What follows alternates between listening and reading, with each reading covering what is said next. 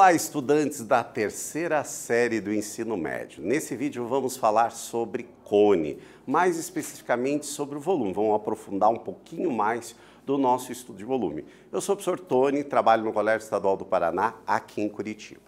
Então nós vamos determinar o volume do cone, um dos nossos objetivos, e resolver situações, problemas que envolvem o conceito de volume de um cubo. Vamos às nossas perguntinhas, né, que nós fazemos todos os nossos vídeos. Você lembra o que é o sólido geométrico cone? Vocês lembram como é que é o formato dele?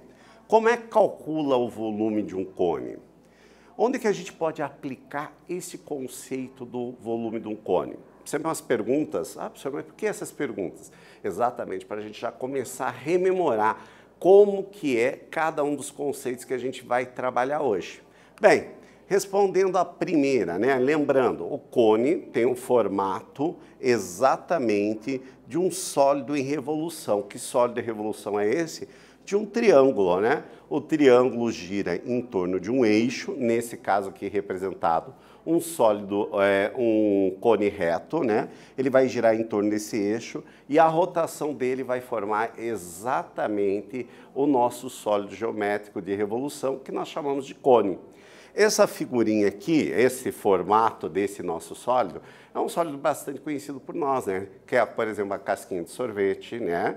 Aqui a gente quer que o volume inteiro dela esteja cheio de sorvete, não só a pontinha, né? Porque daí a gente aproveita melhor, né? Existia até um doce antigamente, não sei se existe ainda, né? Onde tinha, que era exatamente a casquinha do sorvete cheio de, por exemplo, de doce de leite. E também temos outros exemplos, né? A cúpula de um silo que guardamos grãos aí, que a gente vê aí pelo interior do Brasil, muitos silos desse formato, onde a base dele é exatamente um cilindro e a parte de cima é exatamente um cone. Tranquilo? E como é que a gente calcula o volume, né? Nos vídeos anteriores a gente comentou o volume de um cilindro é a base vezes a altura. A base o que é? πr ao quadrado vezes a altura, que é h.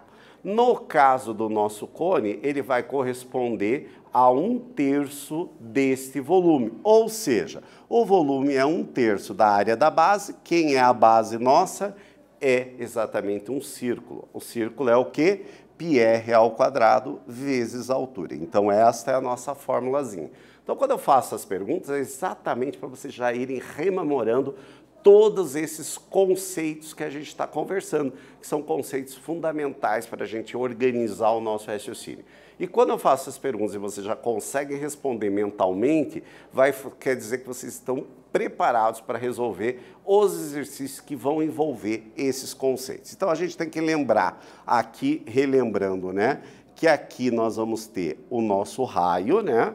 O nosso raio, aqui vai estar a nossa altura. No caso de um cone reto, a altura vai coincidir com o nosso eixo. E aqui nós temos também a nossa geratriz, né? E o conjunto de todas as geratrizes vão formar o que a gente chama da nossa área lateral. Tranquilo? Então vamos lá, aonde que a gente pode aplicar. Eu dei o exemplo da casquinha de sorvete ali, mas nós temos aqui este objeto que a maioria já viu, né?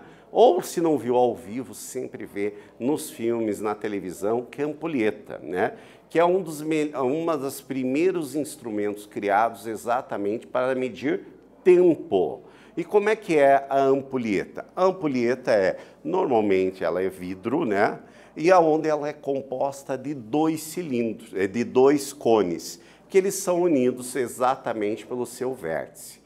Num deles, então a gente marca o tempo, como é que a gente fazia? Um deles vai ter uma quantidade de areia e quando eu quero marcar o tempo, eu só viro essa ampulheta.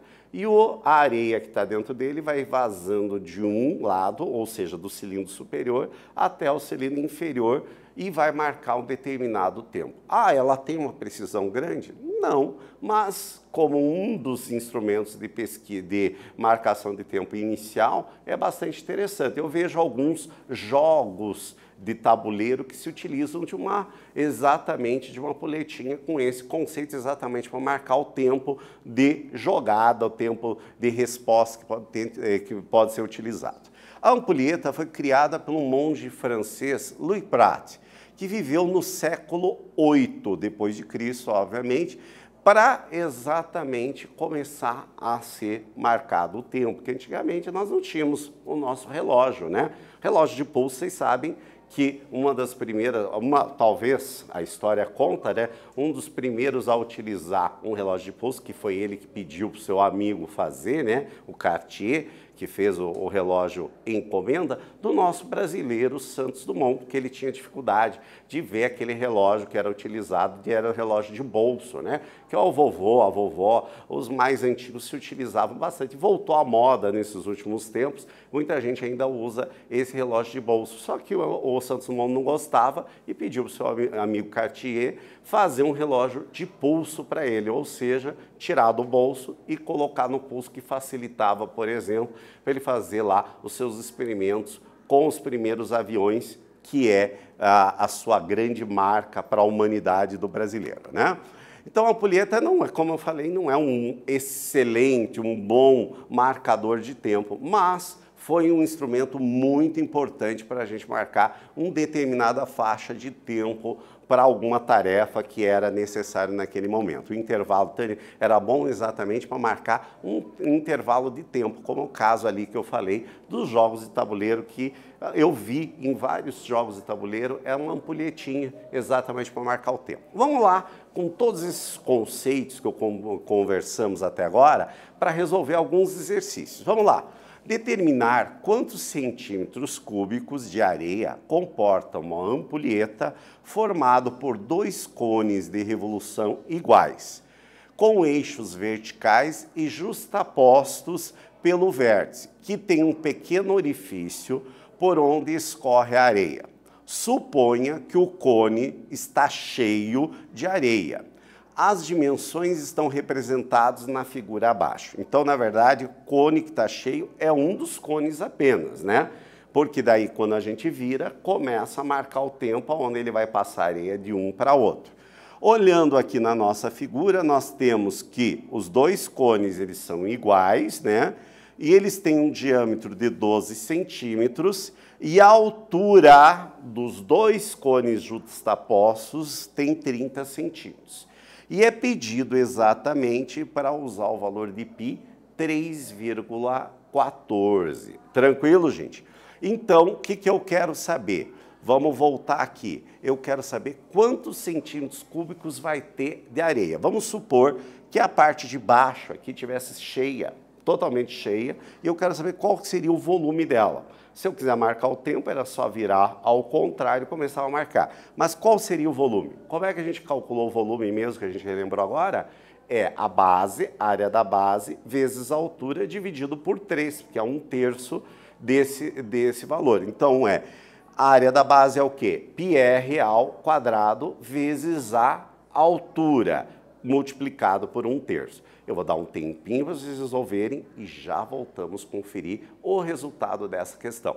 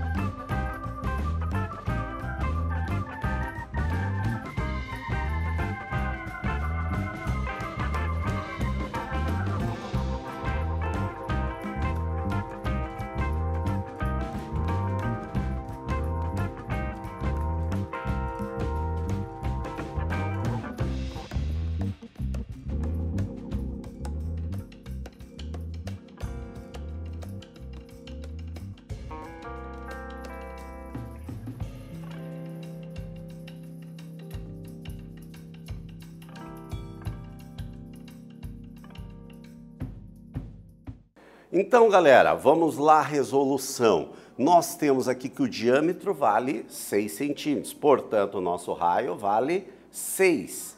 A altura, que seria a altura dos dois, está 30 centímetros. Então, a altura de um dos cones, porque um deles que vai estar totalmente cheio, vale 15. Ótimo! Já temos a definição dessas medidas aqui que a gente já conversou. Agora nós vamos aplicar diretamente a nossa fórmula. A nossa fórmula é 1/3 de πr² vezes a altura. O raio, como a gente falou, vale 6. A altura vale 15. Metade do diâmetro, metade da altura total, que está contando a altura dos nossos dois cones. E o π, que era para usar, que foi dado no enunciado, 3,14. Então, 6² 36, vezes 15 vezes 3,14, multiplicado por 1/3, deu 565,2 centímetros cúbicos de areia, já que as medidas todas estavam dadas em centímetros. Fácil, não é verdade? Aplicação direta. Era só interpretar, descobrir qual que era o raio, qual que era a altura e a aplicação direta da nossa fórmula. Tranquilo. Vamos agora para o segundo exercício. Uma indústria de processamento de suco de uva usa 2 tipos de embalagem, ambos no formato cônico, de mesma altura. O raio da base da embalagem A é a metade do raio da embalagem B. Qual é o volume que a embalagem B comporta em relação à embalagem A? Então, nesse caso, pessoal, o conceito é o mesmo do exercício anterior. A diferença é que eu quero comparar as duas embalagens. E muitos alunos não gostam desse tipo de exercício porque ela praticamente não tem um número, ou seja, não é uma aplicação direta. O que a gente tem é a comparação de um raio para o outro. Então você vai fazer primeiro, por exemplo, o volume de A e o volume de B de acordo com os raios que a gente tem. E depois a gente vai fazer a relação de um para o outro para ver quantas vezes maior um em relação ao outro. Vou dar um tempinho para vocês organizarem o raciocínio e já voltamos a conferir.